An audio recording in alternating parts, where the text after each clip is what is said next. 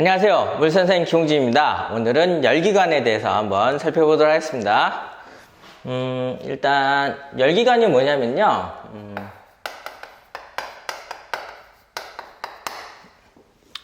열 에너지를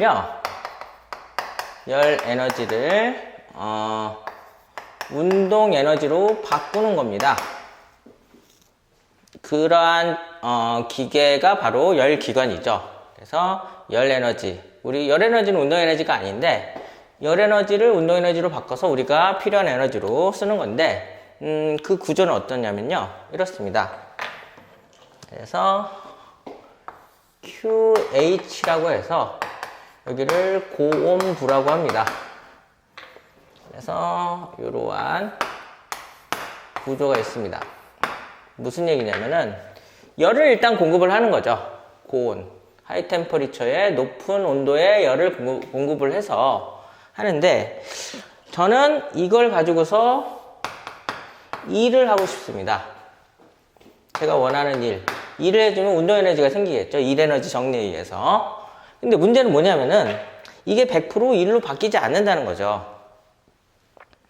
이쪽으로 뭔가 손실되는 일이 있습니다.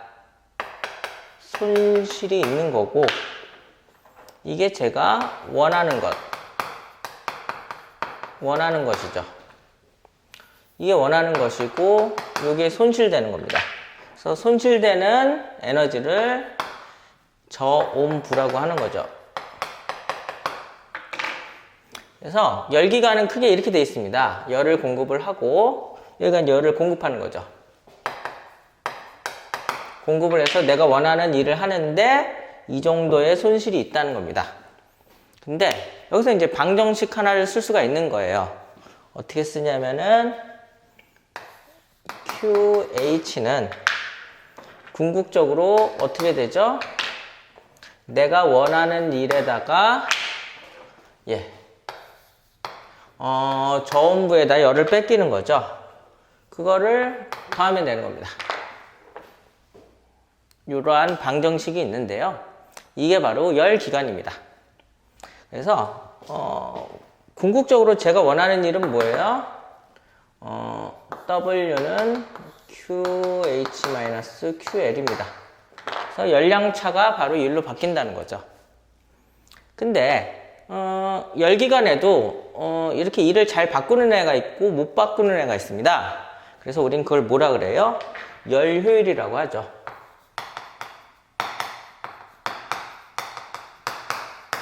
보통 E라고 쓰고요. efficiency 뭐 이래가지고 E라고 쓰고요. 식은 이렇게 됩니다. 효율은 어떤 효율이든 원래 량분의 실제량입니다.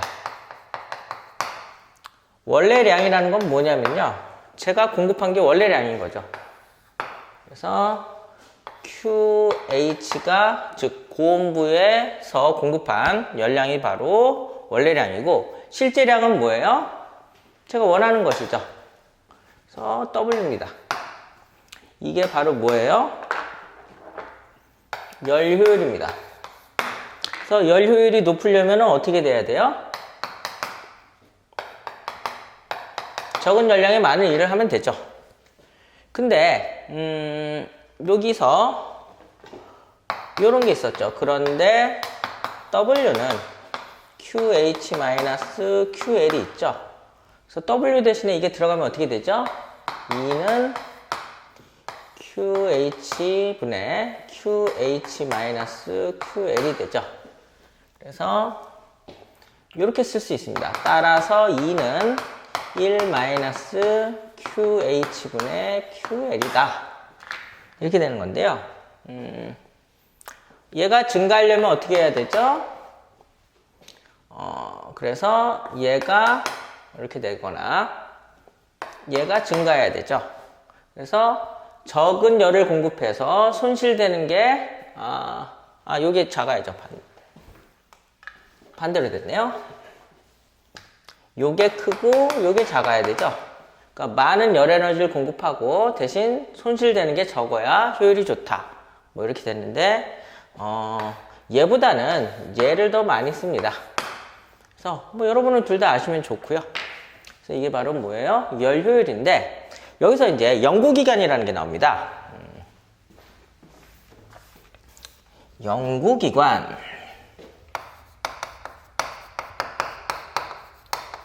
영원히 작동하는 기관. 그래서 연구기관인데요. 연구기관에는 두 종류가 있습니다. 제1종 연구기관이 있고요. 제2종이 있는데요. 뭐 말이 안 되죠, 솔직히. 우리는 뭐 상식적으로 말이 안 된다는 걸 알았지만 옛날에는 이걸 만들려고 노력을 했던 거죠. 그래서 제1종의 연구기관은 뭐냐면요. 연력학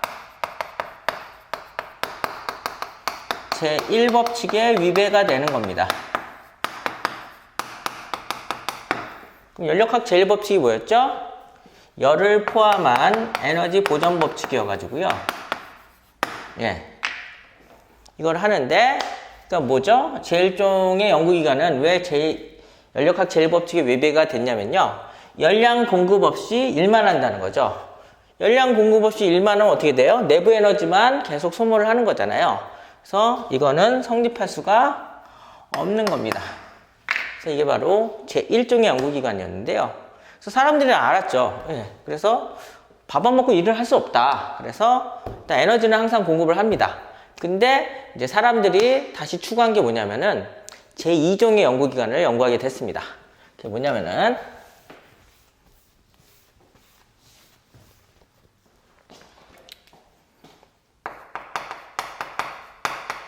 제2종 연구기관. 이거는 연력학 제2법칙에 위배가 돼요.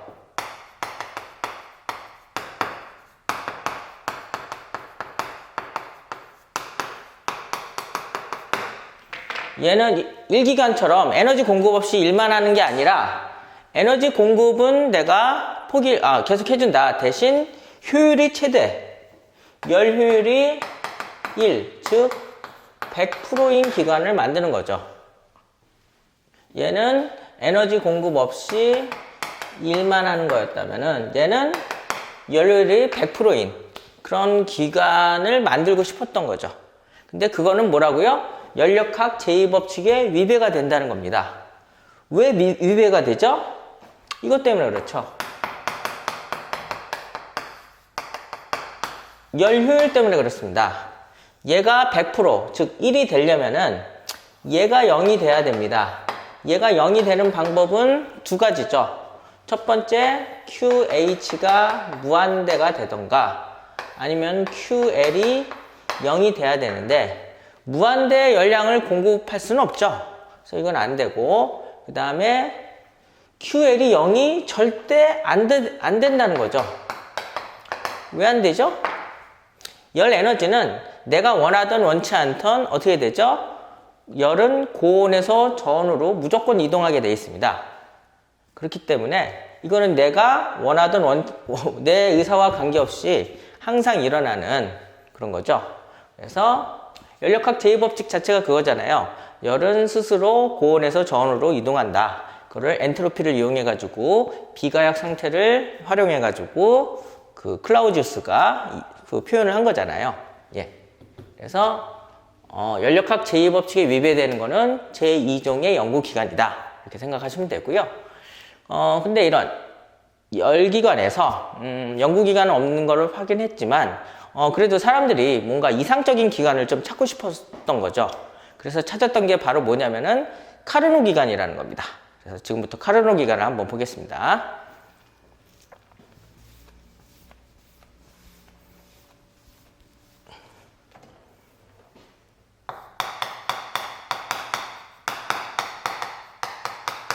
카르노 기관은요, 뭐 이상적인 열기관입니다.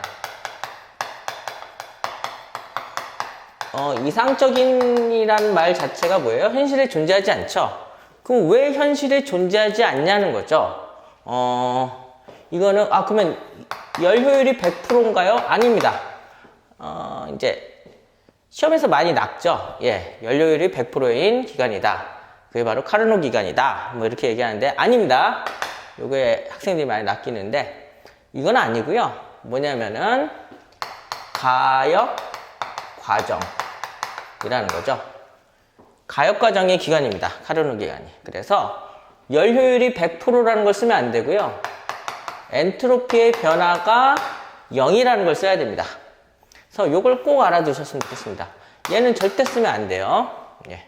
그래서 이게 바로 카르노 기간인데, 그럼 카르노 기간은 어떻게 되는지 한번 보겠습니다. 이러한 그래프가 있어요. PV 그래프인데, 그래서 여기가 높은 온도고 여기가 낮은 온도입니다. 그러면은 여기에다가 A, B, C, D 뭐 이렇게 돼 있으면요. 첫 번째 여기 요 과정이 등온 팽창입니다. 그 다음에 이 과정은 단열 팽창이고요.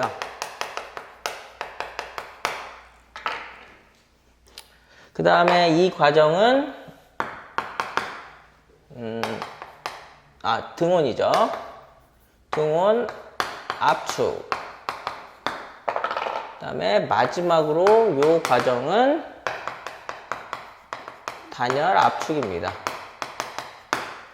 그래서 카르노 기간은 압력 부피 그래프에서 압력 부피 그래프에서 이러한 관계를 나타낸다는 겁니다. 그래서 순서대로 적어 볼게요.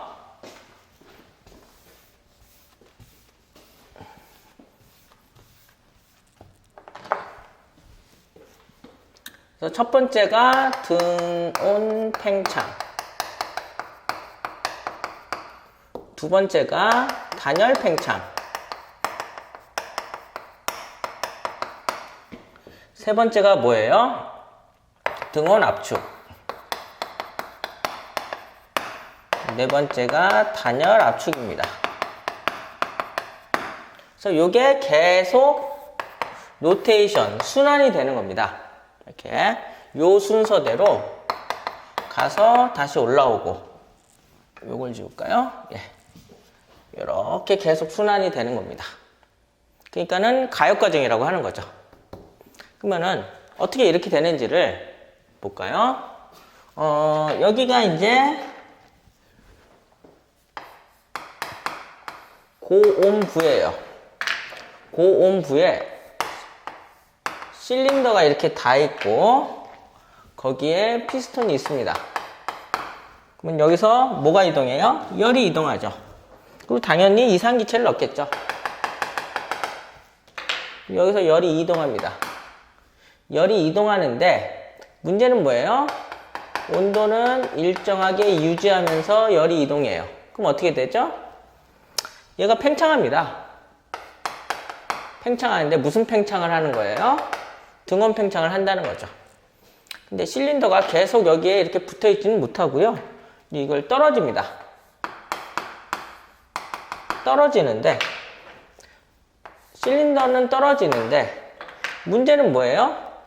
피스톤이 팽창하고 있었는데 이거를 갑자기 멈출 수가 없는 거예요. 멈출 수가 없으니까 어떻게 돼요? 팽창은 어쨌든 한다는 거죠. 팽창은 하는데 열 공급은 이제 끝난 거죠. 그래서 열 공급이 없으니까 단열이고 어쨌든 팽창을 한다. 관성이라고 생각하셔도 되고요. 예. 그래서 이렇게 되는 겁니다. 근데 이 실린더가 이제 차가운 쪽에 붙으면은 어떻게 돼요?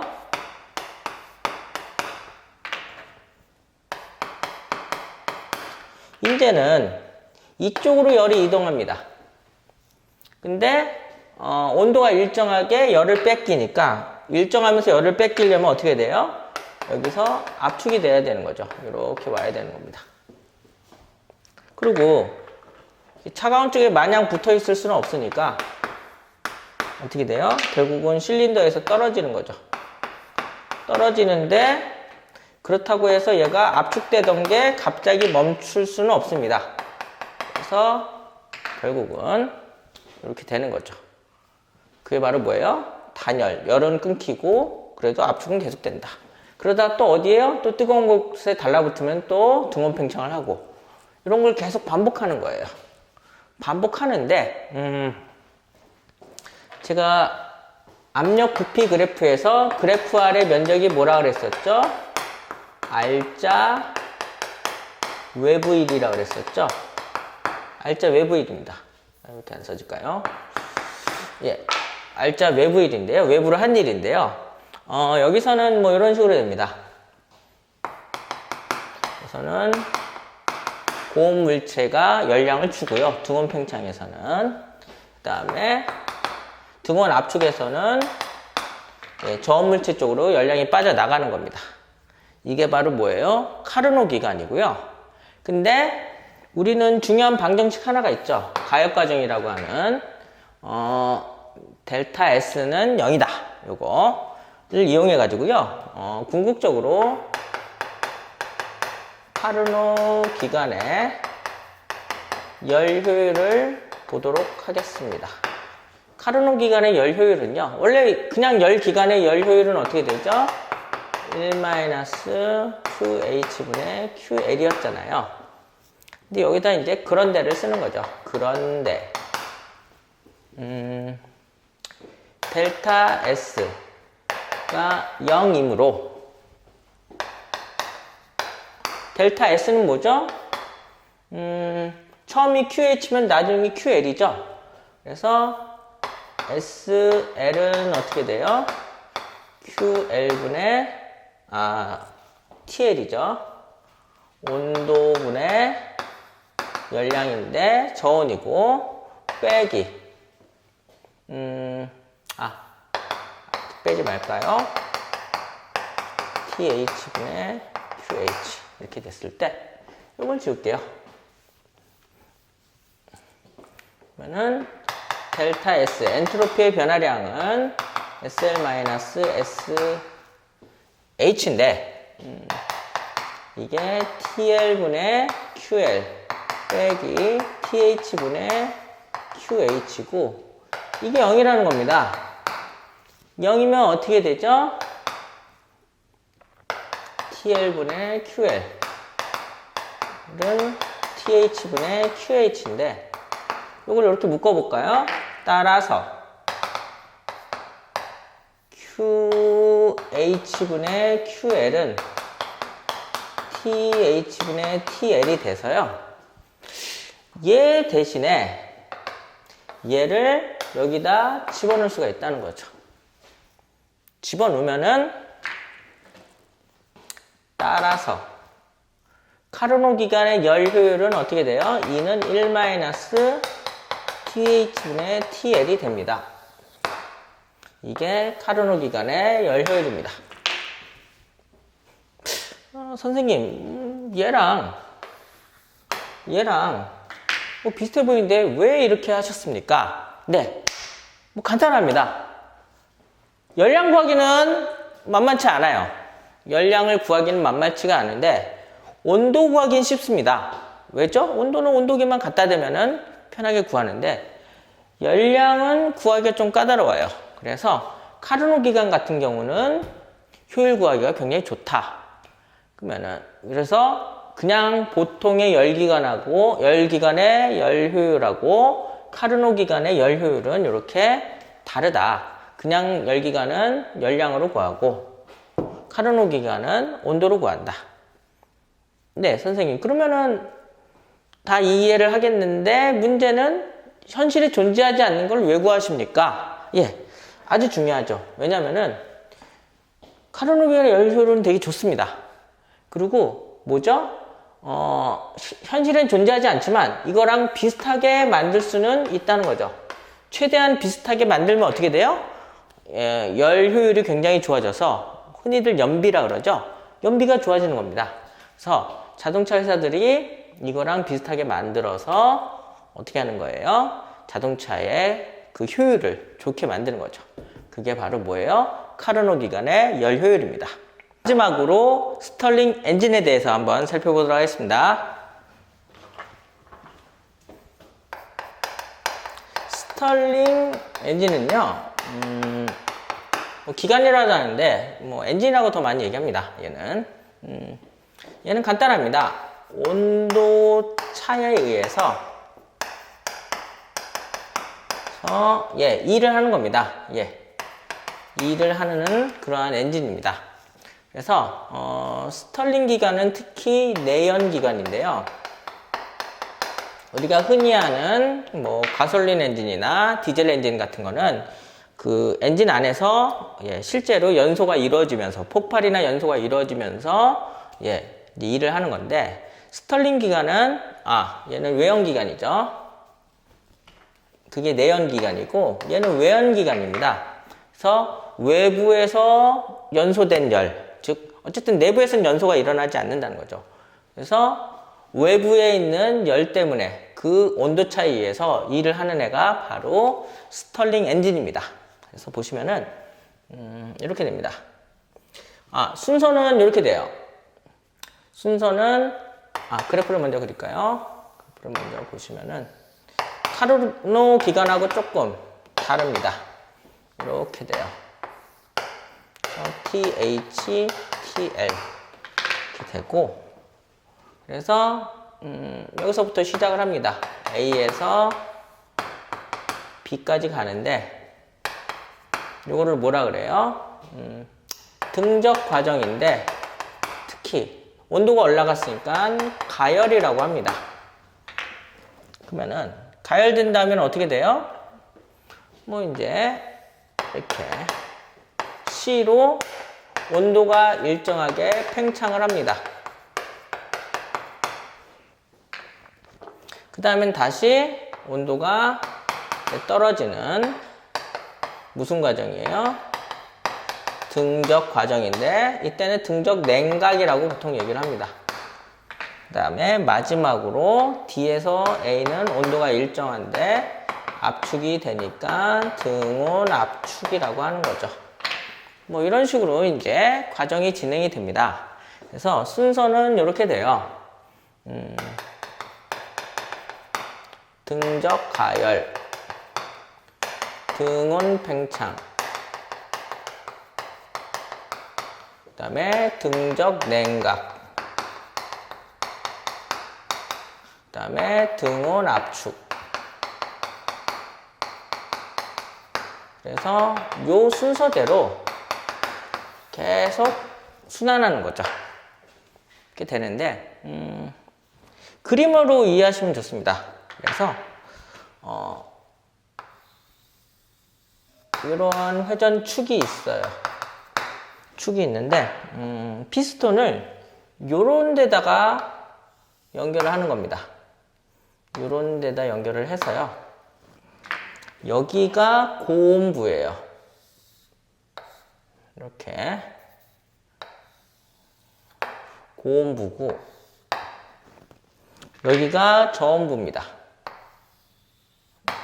뭐 이런 식으로 되어 있는 거죠.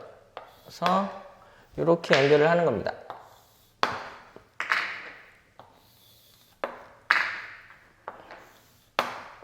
여기다 이제 뭘 만들어요? 피스톤을 만드는 거죠.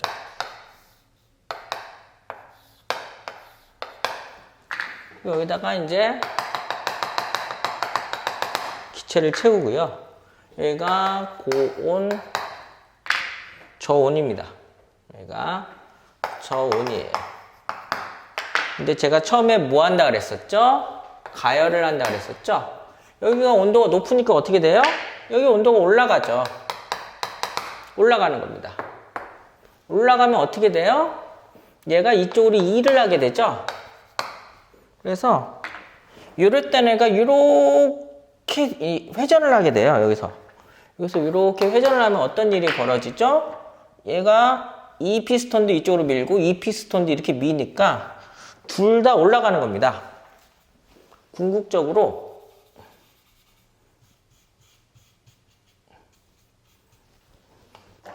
둘 다 이런 식으로 되는 거죠. 그럼 어떻게 돼요? 아까 위치보다 둘 다 위로 올라오는 거죠. 그래서 그게 바로 뭐예요? 등온 팽창입니다. 팽창이 되니까 여기 있던 애들이 이쪽으로도 넘어가잖아요. 이쪽으로도 이렇게 넘어가니까 이쪽은 무슨 쪽이에요? 온도가 낮은 쪽입니다. 그럼 뭐가 일어나는 거예요? 냉각이 일어납니다. 그래서 냉각이 계속 일어나다가 근데 얘는 계속 회전을 하겠죠. 이걸 멈추진 않고 회전을 하면 어떻게 돼요? 네, 그래서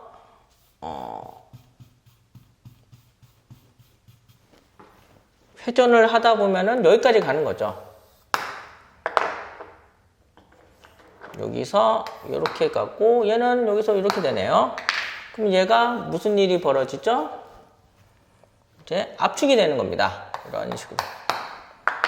이런 식으로 압축이 되는 거죠.